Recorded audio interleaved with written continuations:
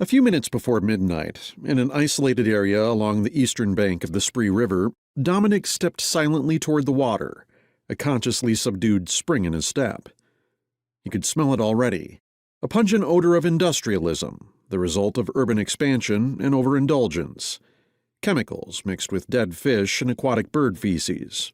He loved it all now. In the last few days, he never felt so alive.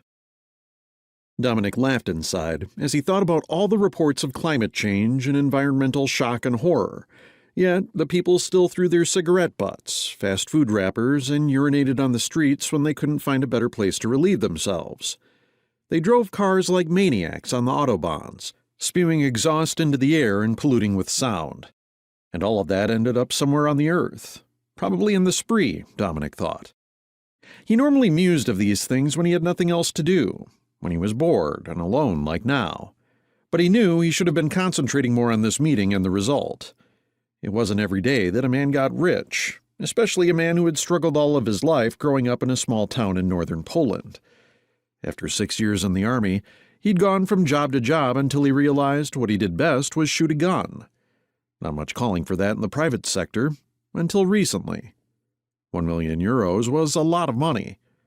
More than Dominic Gorski would expect to see in a lifetime. And now, he earned this much in a few days. He loved capitalism. As he stopped at the edge of the river, a light breeze picked up, bringing more of the odor and a chill to his exposed skin. He flipped up the collar on his wool jacket and shoved his hands into his pockets, his right hand grasping the handle of his Glock 19. He'd cut out the back side of his pocket, allowing easy access to his gun. Didn't expect he'd need it. But with that kind of money, who knew?